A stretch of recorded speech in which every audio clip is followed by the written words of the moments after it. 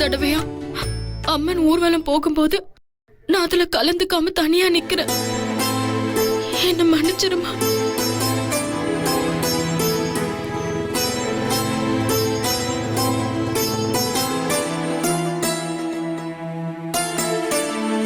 எல்லாமே ஒரு நல்லது நடக்கணும்னு தான் இப்படி காத்துட்டு நிக்கிறேன்.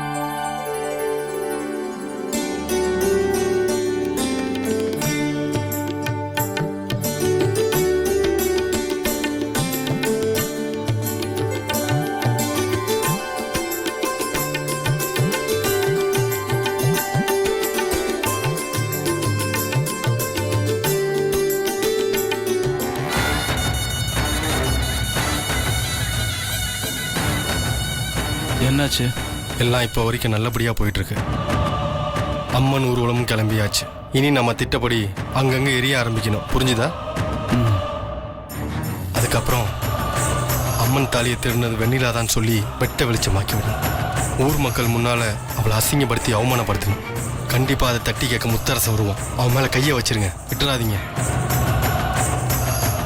எல்லாரும் சேர்ந்து அவனை அடித்து அவமானப்படுத்தணும். எத்தனை தடவை இந்த ஊருக்கு முன்னால் என்னை நிற்க வச்சு அடித்து அவமானப்படுத்திருக்கான். இதே ஊர் மக்கள் கையால் அவன் அடி வாங்கிறத என் கண்ணால் பார்க்கணும். நினச்ச மாதிரியே பண்ணிடலாம். அப்புறம் இன்னொரு முக்கியமான விஷயம், அந்த இன்ஸ்பெக்டர்கிட்ட பேசுகிறேன். வெண்ணிலாவை இந்த ஊர் போலீஸ் ஸ்டேஷனில் வச்சா அந்த முத்தரசன் தான் செல்வாக்கை பயன்படுத்தி அவளை தப்பிக்க வச்சு திரும்ப கூட்டு வர வாய்ப்பு இருக்கு. அதனால ஏற்கனவே போட்ட திட்டப்படி அவளை சிட்டியில் இருக்க ஏதாவது ஒரு போலீஸ் ஸ்டேஷன் கூட்டிகிட்டு போக சொல்லு. இந்த விஷயம் நமக்கு மட்டும்தான் தெரியணும், முத்தரசனுக்கு தெரிஞ்சிடவே கூடாது. வெண்ணிலாவை தேடி முத்தரசன் தெரிஞ்சு அவன் தவிச்சு தண்ணி குடிக்கணும். புரிஞ்சுதா? நீங்க சொல்ற மாதிரி பண்ணிடலாம்.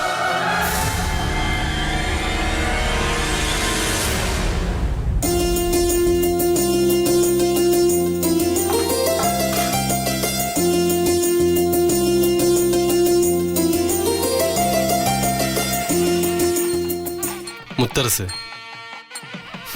இன்னும் கொஞ்ச நேரத்துக்கு தான் உனக்கு இந்த சிரிப்பும் கிடைக்கிற மரியாதை. அதுக்கப்புறம் எல்லாம் அழிஞ்சு சின்ன பின்னமாக போகுது. அப்புறம் அழுது கதற போறடா. வாழ்நாள் முழுக்க அதை மறக்க முடியாது. நீ அதை நினைச்சு வாழ்நாள் முழுக்க அழ போறடா. அதை நினைச்சு நான் சிரிக்க போறேன்டா.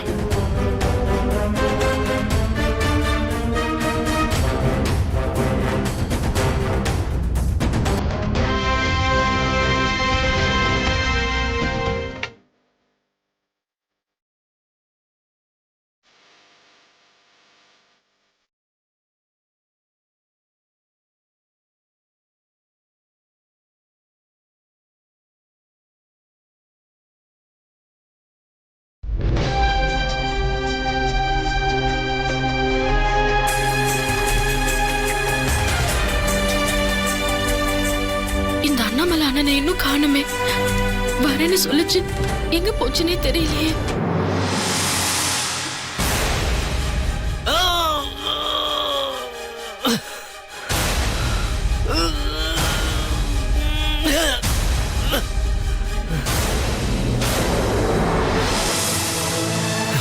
தங்கச்சி, என்ன மன்னிச்சிருமா.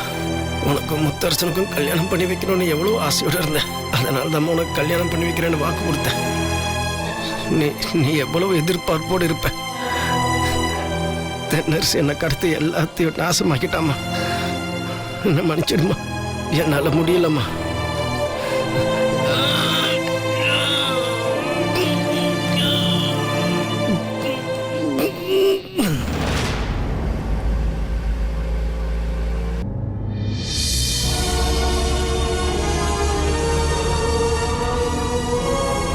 சீக்கிரம் போப்பா. ஊர் நெருங்க நெருங்க எப்படா என் பையன் பொண்ணையெல்லாம் பாப்போன்னு இருக்க. சரிங்கம்மா.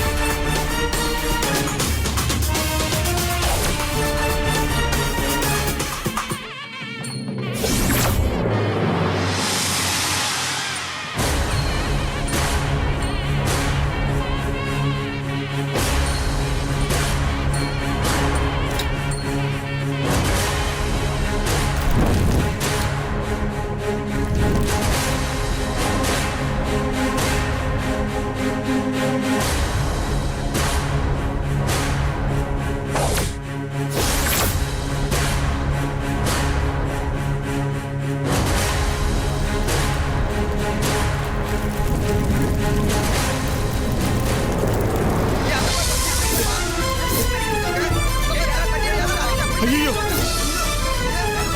ஐயோ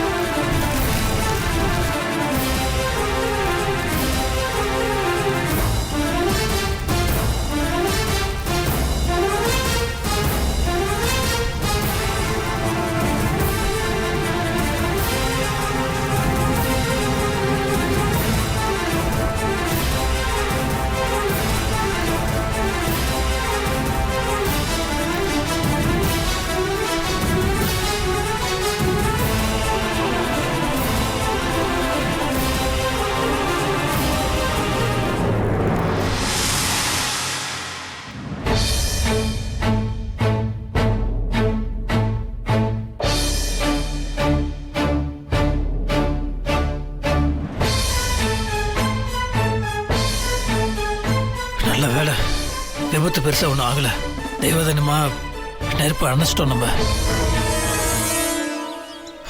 சரி வாங்க போலாம். போலாம்ப்பா. தூக்கம் ஏதோ தூக்கம். தெய்வ குத்தம் ஆயிருக்கு, அதான் இப்படி தீ பிடிச்சிருக்கு.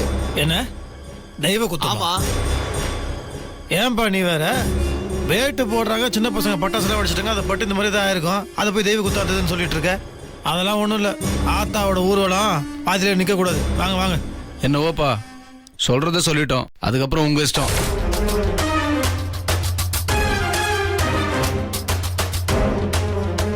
எங்க இஷ்டம் தானே? எங்க இஷ்டம் ஆத்தாவோட ஊர்வலம் நல்லபடியா நடக்கணும்.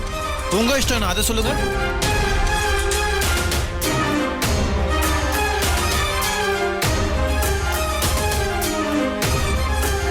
வாங்க நம்ம போலாம்.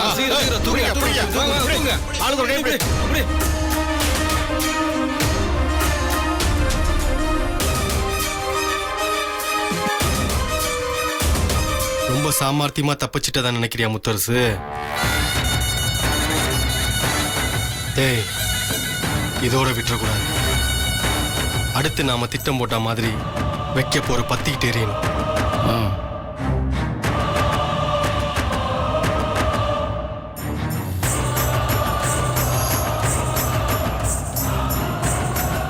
என்னாச்சு? ஸ்வேதா, அடுத்தடுத்து நம்ம திட்டம் போட்ட மாதிரி ஊருக்குள்ள எல்லா இடமும் பத்திக்கிட்டு எரிய போகுது. அதுக்கு முத்தரசன் என்ன சொல்றான், என்ன பண்றான்னு பார்ப்போம். என்ன பண்ண போறாரு? பெருசா என்ன பண்றதுன்னு தெரியாம முழிப்பார். அதான் நடக்கும்.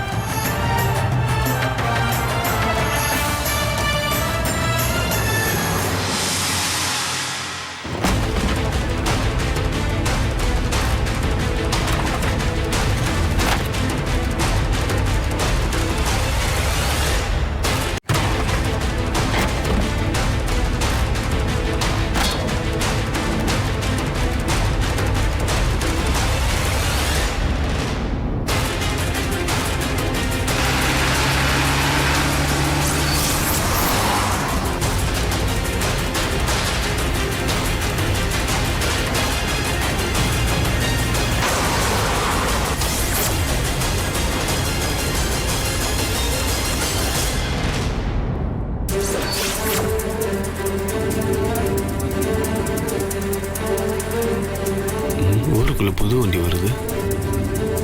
ஒருவேளை அம்மா வர வண்டியா இருக்குமோ?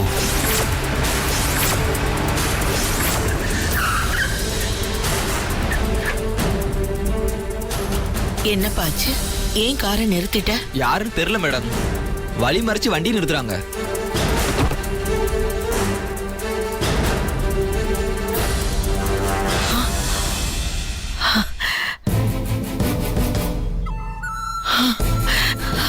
மருது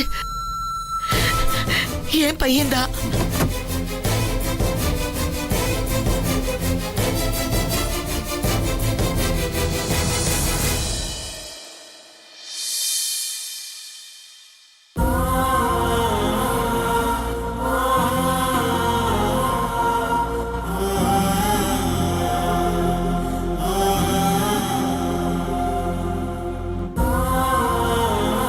என் புள்ள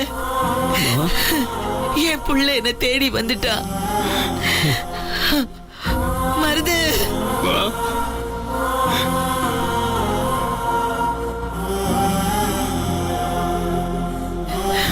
மருது நல்லா இருக்கீங்களா?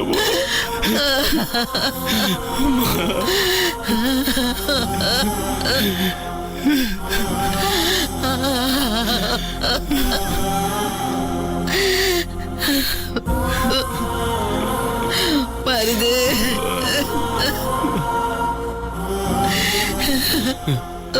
என்னம்மா இத்தனை நாளா எங்கம்மா இருந்தீங்க?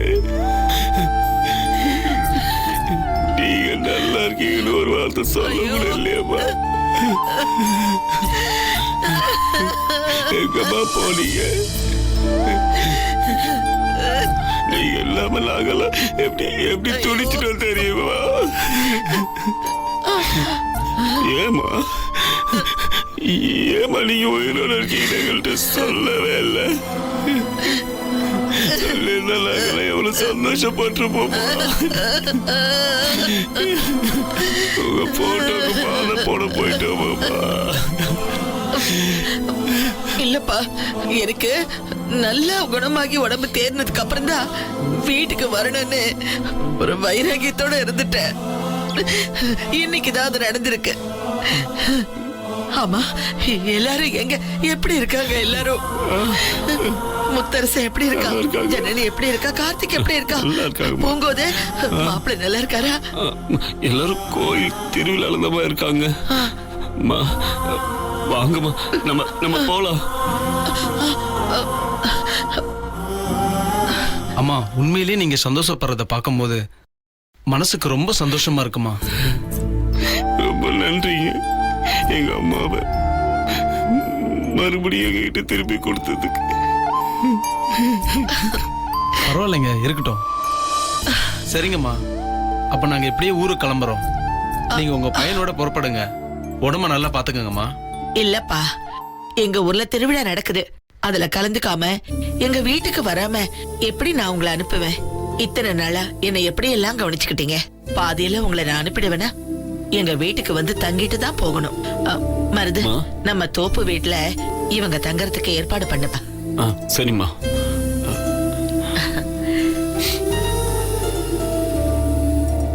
ஹலோ, நான் மருது பேசுறேங்க.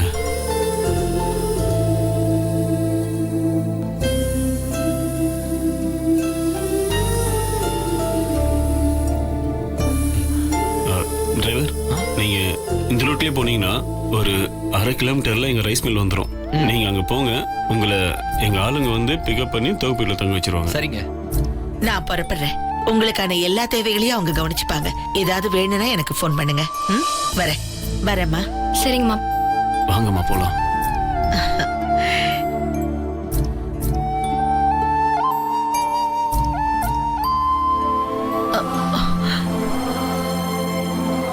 மருது, இது நாள் வரைக்கும் என்னென்ன நடந்துச்சுன்னு எல்லாத்தையும் சொல்லு. நீங்க போனதுக்கு அப்புறம் நடக்க கூடாத எல்லா விஷயமும் நடந்து முடிஞ்சிருச்சு. முத்தரசனை மொத்தமா வெண்ணில பக்கம் சாஞ்சிட்டாரு. அது மட்டும் இல்லம்மா, வெண்ணிலா மேல முத்தரசனுக்கு பாசம் பிரியம் எல்லாமே அதிகமாயிடுச்சு. இதுக்கெல்லாம் காரணம் வேற யாரும் இல்லம்மா, ருத்ரா, முத்தரசனோட சொந்த பொண்ணு.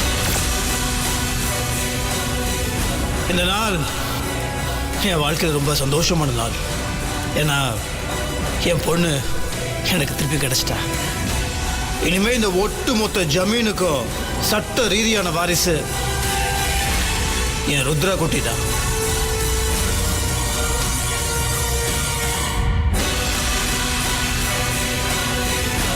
ருத்ரா வீட்டுக்குள்ள வந்ததும் எல்லாமே தலைகீழ மாறிடுச்சு. முத்தரசனை, ஸ்வேதா ஃப்ரெண்ட்ஸ், அத்தா, மாமா எல்லாரையும் மொத்தமா அந்த வீட்டில் இருக்கக்கூடாதுன்னு திட்டவட்டமா சொல்லி வீட்டை விட்டு வெளில அனுப்பிட்டாரு.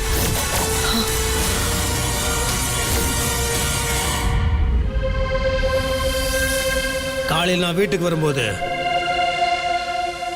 வீடு சுத்தமா இருக்கணும். ஒருத்தரும் வீட்டில் இருக்கக்கூடாது.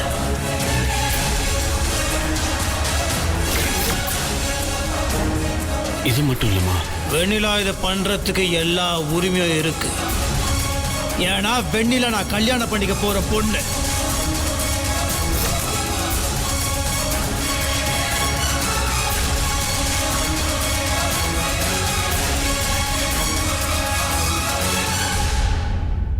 எங்க எல்லார் மூஞ்சிலும் கரிய பூசிட்டாரு.